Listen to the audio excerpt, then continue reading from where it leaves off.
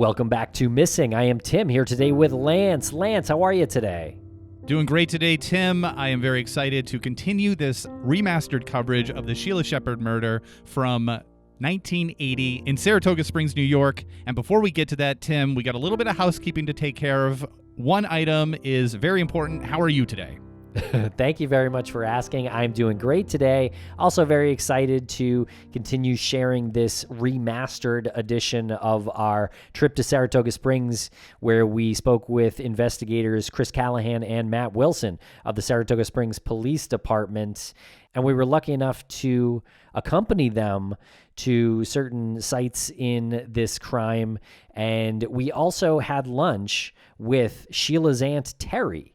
And that is what this episode is about. And we're going to play the entire episode in just a moment, including the old intro that we did when we first aired this on Crawlspace, Lance. And before we get to that, the aforementioned housekeeping, we have a fundraising event on Wednesday, February 1st. This is for our nonprofit that is run by Bruce Maitland, Private Investigations for the Missing. As most of you know, this is a nonprofit that helps family members investigate the disappearances of their loved ones when they can no longer afford to pay for private investigators on their own. So we want to raise $5,000 by February 3rd, which is National Missing Persons Day.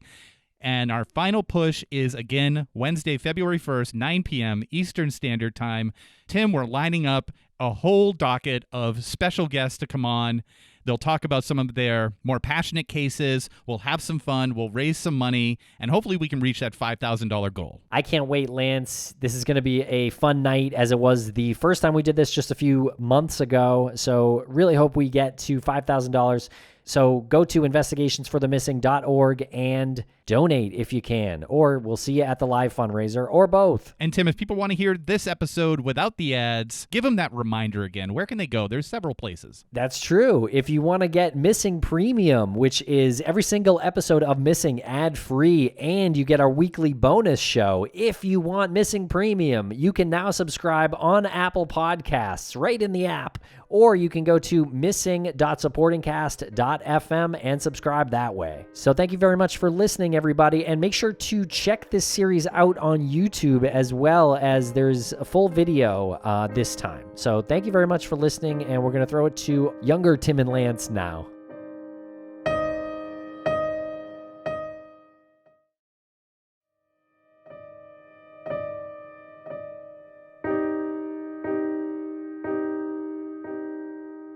Terrie Busseau is, like you said, she's Sheila's aunt, but as we spoke to her, we came to realize that she was more like a sister to Sheila. They were similar in age.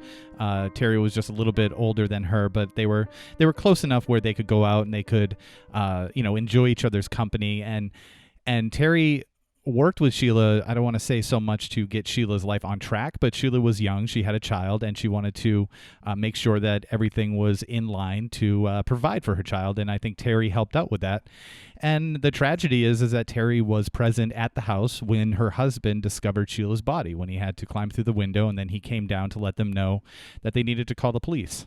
And it's really affected Terrie to this day. She seems really haunted by it, and she seems really, adamant on certain suspects and her theories. Yeah, it's a wide-ranging interview.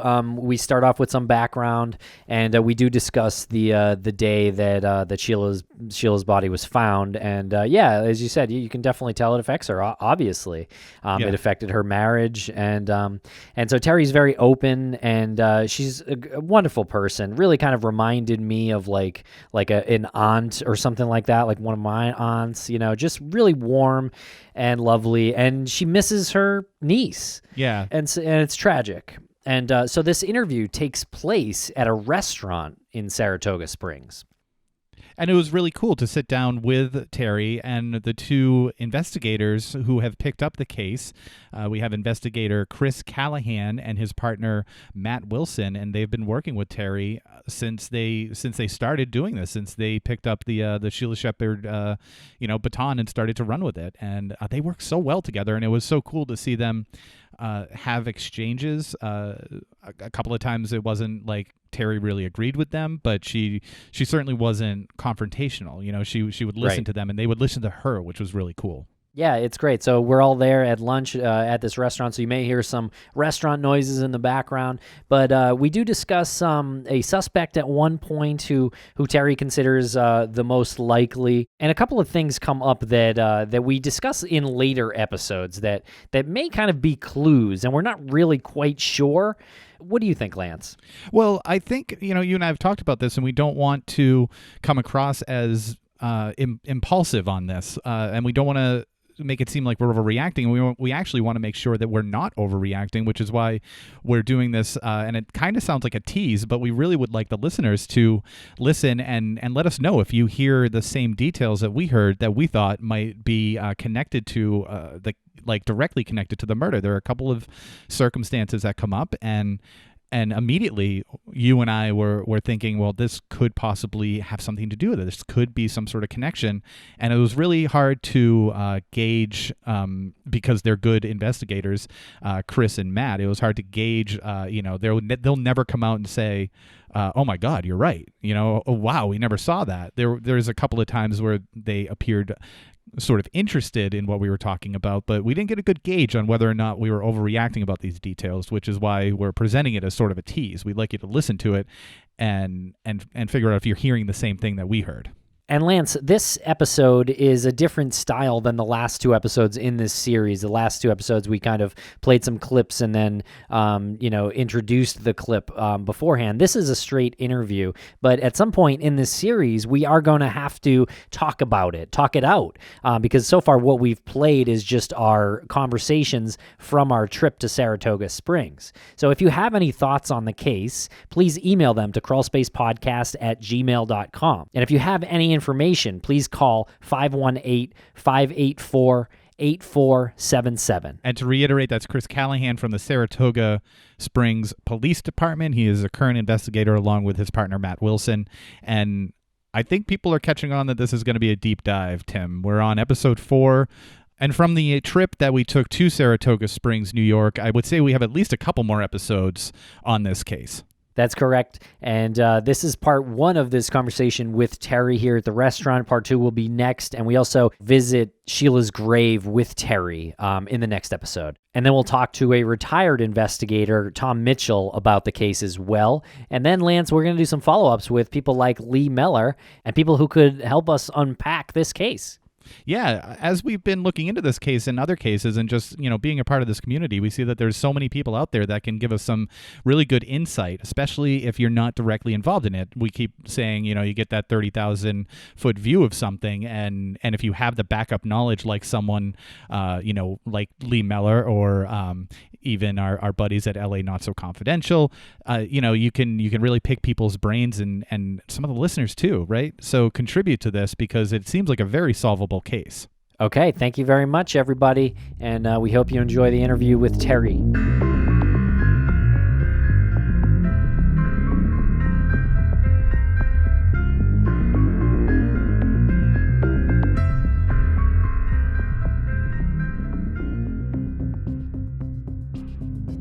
Sheila was, she was 10 months old when I met her, and I was 10, so there's 10 years between us, so we were very close. They lived right around the corner from where my parents were. She was just kind of a laid-back kid. In Saratoga? Yeah, in Saratoga. They lived on Beacon Street, but I left and went to Colorado in 80. She ended up there, and no, in 70 I went. She ended up there at 15. She was going to come out for a little visit. And she stayed? No, we got her into school. She just wanted to come for a little visit and ended up staying for a while. But then she came back here and moved to Germany with Shep. But she was just, she was laid back. She wouldn't have hurt anybody. What brought you to Colorado? I was searching for myself. Ah, okay. That's a good place I'm still looking. Good place to start. But, she kind of followed me around because we were close.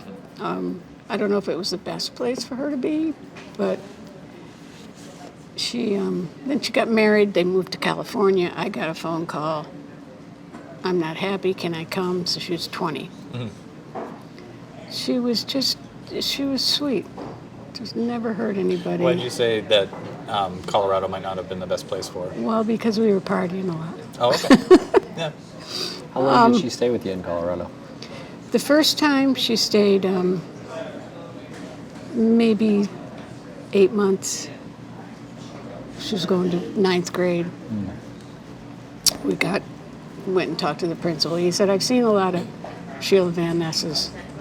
We're not going to charge her for this semester because she's going to go back home. Oh. She did, but she just was sweet. I don't know how else to describe her.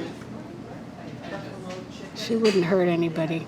And then she had her little baby, and she had some issues, but it doesn't mean she deserved this. Did she get married in California? Or No, she got married here. She got married here. His parents owned Whispering Pines campgrounds. So they had Sheila's baby. And Sheila came back here, was going to Worldwide. She wanted to get her baby back. She wanted to, but she had problems, But I mean, anything more unusual than a regular 22-year-old adolescent has, Yeah, right. I mean, I think about when I was 22. It's like we have this conversation a lot. Especially when you get married at 17. And you have a child. You have a child by the time you're 18. Yeah.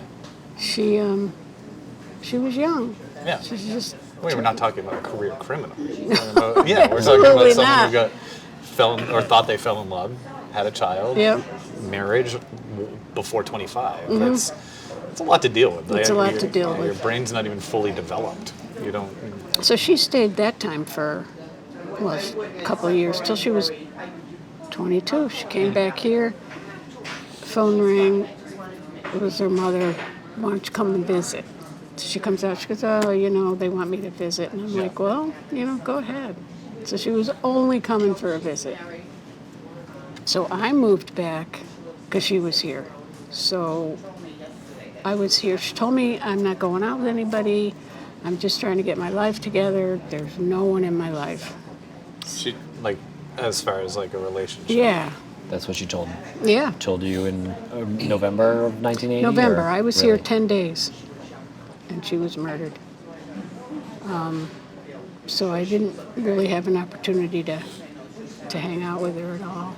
What was the the genesis of that conversation, if you remember? Did you ask her? Do you Yeah. have somebody that you're dating here? Yeah, she said, she kind of offered the information. Oh, she did. Oh, okay. Because, I was a little protective.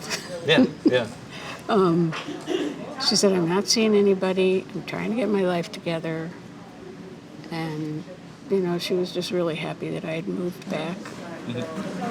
And I still think today we would probably be living over there in the townhouse together. Yeah, Because we yeah. were that close. I had hoped that she could have gotten remarried or whatever. Yeah. Did you know that she was doing the vocational school Yes. classes? Okay. Yes. And she must have immediately started that when she moved back. Mm-hmm. Or pretty close to it. Pretty within close to it. Yeah. She seemed happy that she had made the decision to do that? Oh, yeah. Yeah. And she was getting her life back together. She was trying going to school. She was trying hard, Yeah. and that's who called Marcia, was that one of the girls from Worldwide. Can't remember her name, but that doesn't matter. And said she hadn't been in school in 2 days. So, Okay. Was that Monday and Tuesday? Yeah. So we were heading over.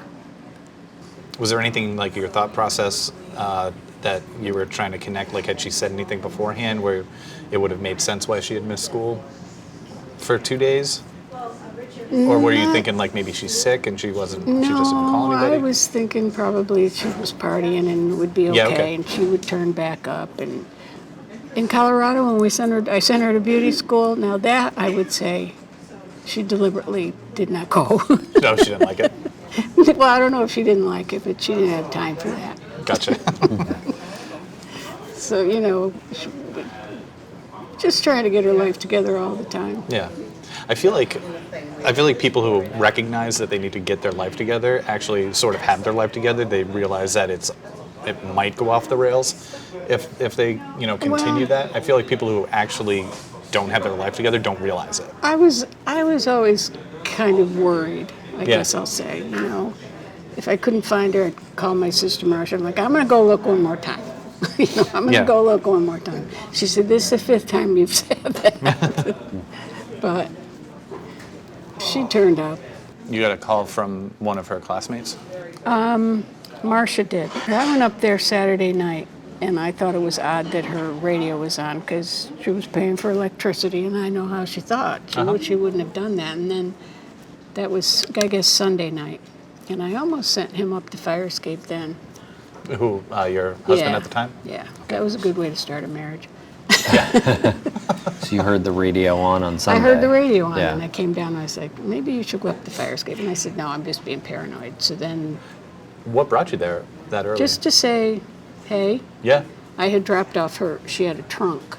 So I dropped that off, wanted to make sure she got that. Like a clothing trunk? Yeah, some of her stuff in it, all her pictures, which... Yeah, we touched on earlier some of the family photos. They did not. That's about the only thing that was missing. That and her keys, but I think you have the keys. Yeah, we talked about that too. Yeah. The trunk that is missing is the one that you... We brought her trunk on Wednesday, just put it outside the door because she was in school or somewhere. And then her pictures were in there. She loved showing pictures. This is my baby. This is Colorado. This is, this is my Aunt T. How big was it? It was big. No, it was a big trunk. Oh. It had clothes in it and okay. stuff she had left in Colorado. But there was a smaller box of photos? Yeah, there was a box of photos. And that was what's missing now? That was what's missing. Okay. So we don't have a lot of those pictures. Did she mention anyone close to her at that point, or nothing? No. Not here. Yeah. I mean, she went out, Yeah. but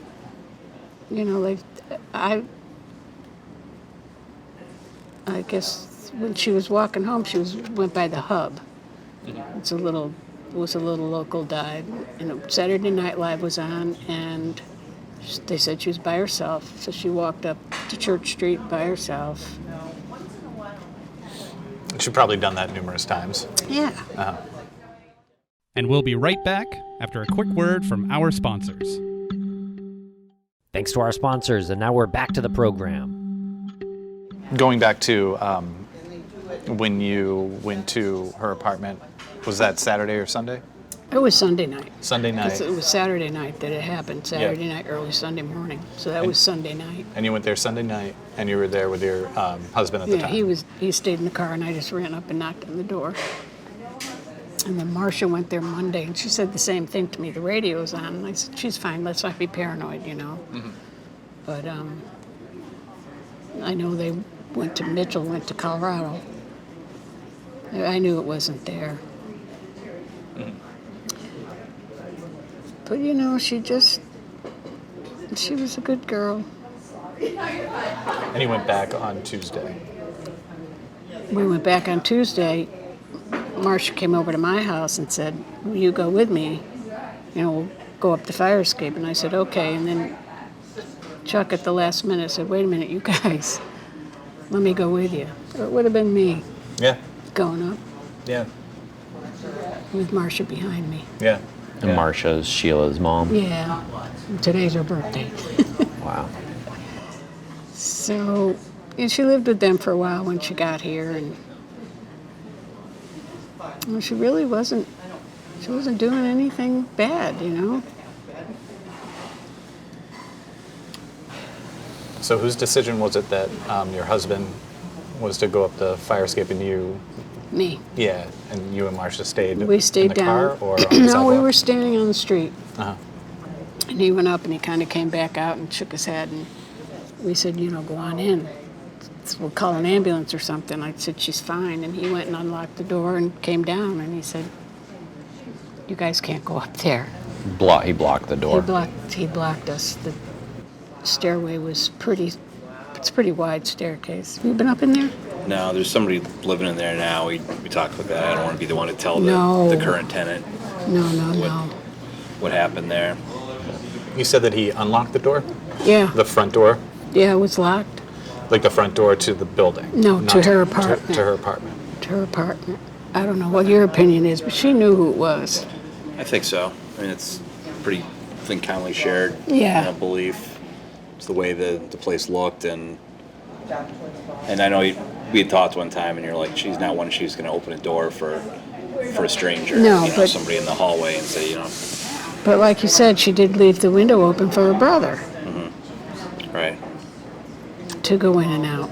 In case he needed a place to to stay for the night, or? Well, it was just Jimmy. You know, she took care of him Yeah. a lot of the time. Yeah, we were also talking about just how it takes a little bit for us to reset our brains to 1980, and how leaving your window open for your brother is It didn't fine. matter. Nobody locked their doors here Right, back then. right. You know, we lived right next door. I grew up at 131 Church Street. That was at 125. But my mother would give us keys, we'd lose them. So, I mean, it wasn't ever locked. Do you know if other people in her social circle would have known that her window was left unlocked occasionally? Probably, Yeah. but I think they just went right through. I think they were there. She Yeah. may have left them there, gone out. And that was a thing she liked to do, have a couple of drinks and then go out and see what's going on. But she didn't really go out. Well, she did go out with a couple of guys in Colorado, but nothing. Who called the police? We went downstairs and banged on this poor girl's door, and it told her to call In the building? in the building. Did Which she did Sheila have a telephone in her apartment? No, I don't think so. Not that I know of. So, see, I was only here 10 days, so I didn't have enough time to Yeah. really hang out with her, or be there. But I know the girl downstairs said somebody was going up and down the fire escape for quite a while. There was some friends that I know had used it, had heard about it before, because the classmates that we talked about that go on Monday and then again on Tuesday, that end up telling the teacher who calls Marcia. The one girl said she was going to go up the fire escape, Yeah. but didn't because she was in a dress. So I mean, I take that to reason that she knew that was left open. So if she did, then who else does, or who else would have used that as a Yeah, probably. as an entrance You know, way? a lot of people knew, but my sister Paula went and talked to a channeler one time, and they said there's this blonde girl wants to talk. And Like a psychic? yeah, Okay. Paula said, yeah, okay. She said, tell Aunt T that I'm okay now. So she goes, oh, she calls you her auntie. Paula just said, yeah, okay. Aunt T she was talking about. And tell Aunt T to keep her doors and windows locked. But, I don't know. I kind of felt some closure with that she was reaching out to say, don't worry, I'm okay now. I'm a whole person.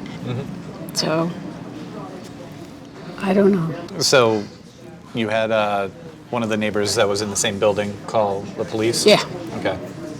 And how long before they showed up, and what did you guys Oh do? my God, minutes. Yeah. Minutes. The ambulance was there, the cop cars were there, and we went to get Jim.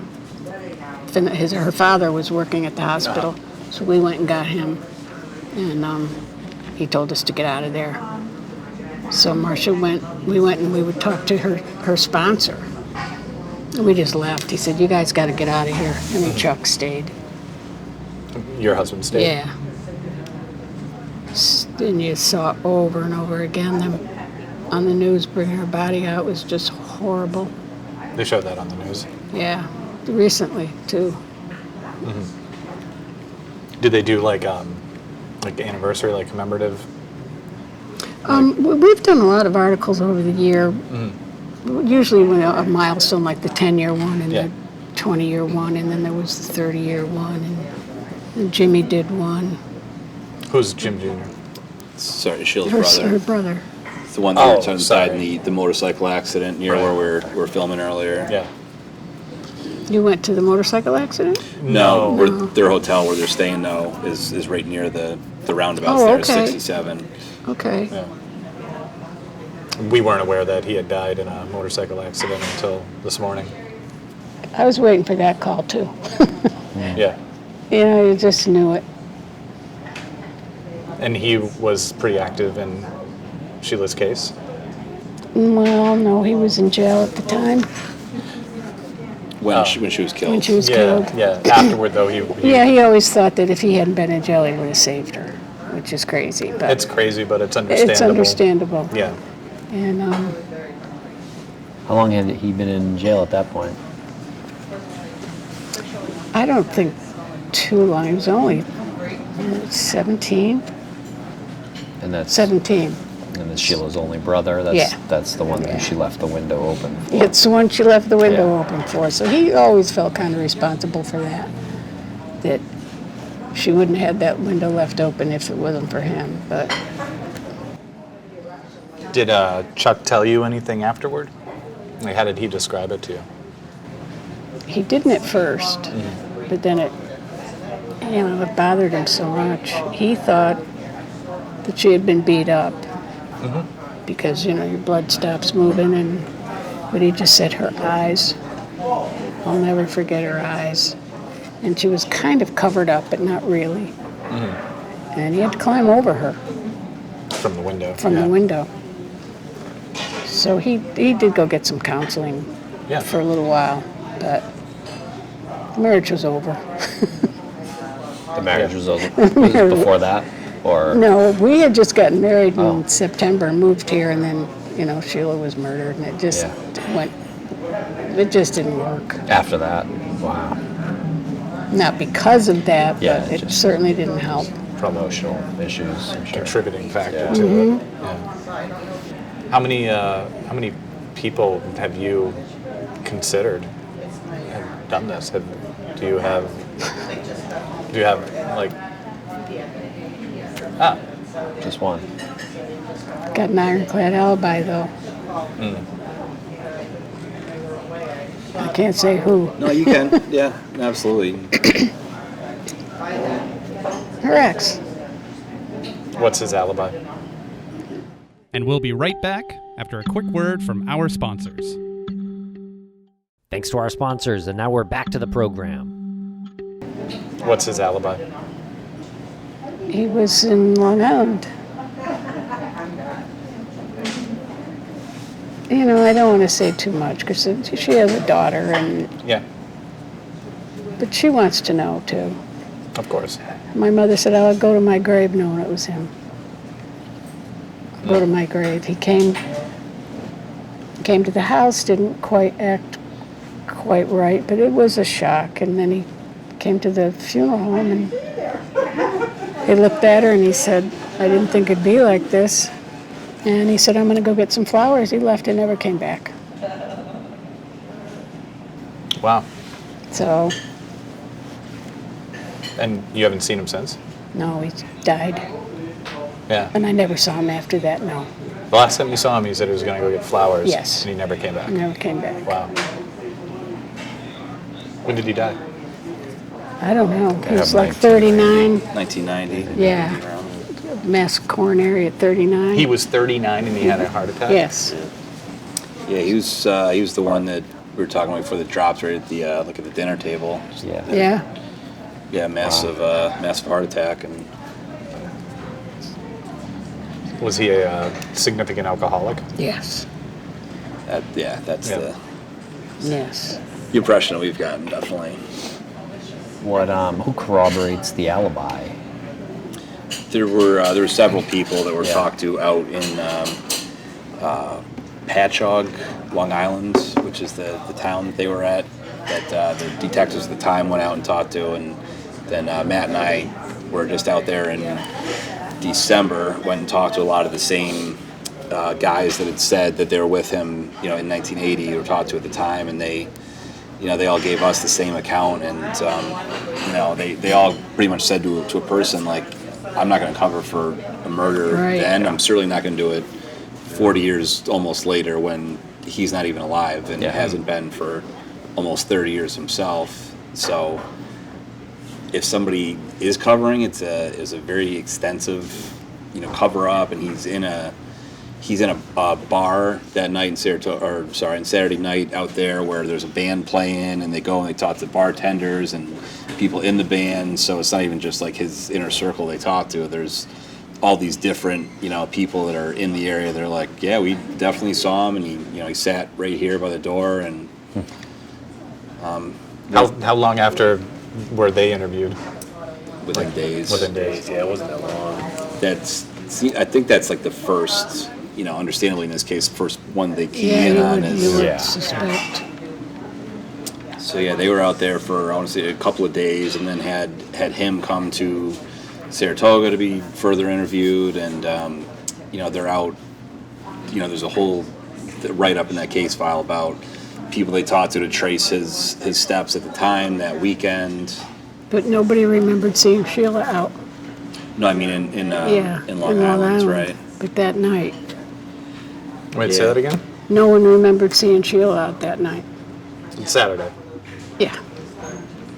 That was the one that we were telling these guys yesterday. A big part of the problem with the weekend is people's timeline is, It's you know, not- I saw her, but was it Saturday night or Saturday was it night, Friday Friday night, night. or was it at the Golden Grill, or was it at, you know, at Sage's? So as soon as there's very little, you know, definitive, somebody saying like, I saw her at Desperate this Annie's, time. I think at she this. was at.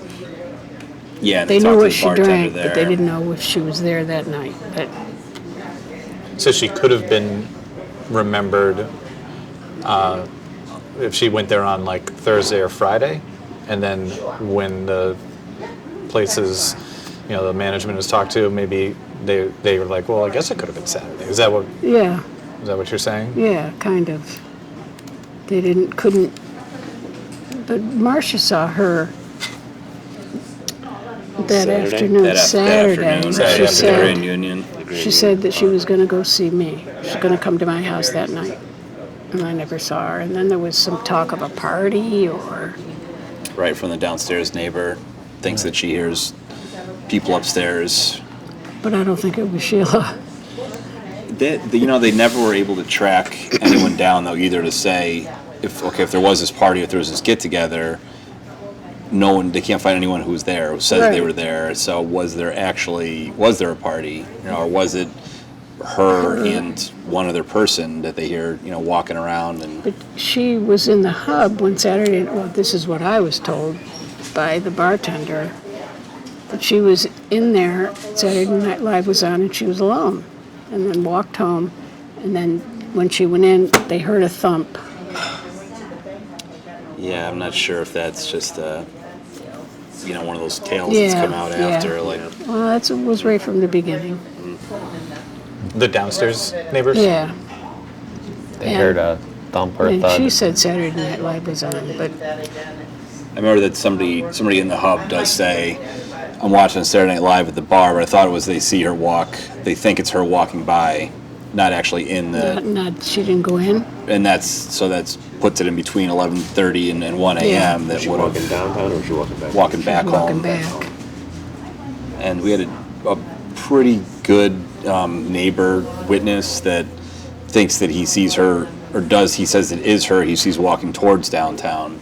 And that was like 9 p.m.-ish, and they were able to pin that down. The guy says, I'm watching this movie, The Car. It was like a made-for-TV movie or something. And then Tom Mitchell, the detective, he goes, yeah, I remember the time, 'cause I was watching it too. I was home before I got, you know, called in for whatever, not this, but something else.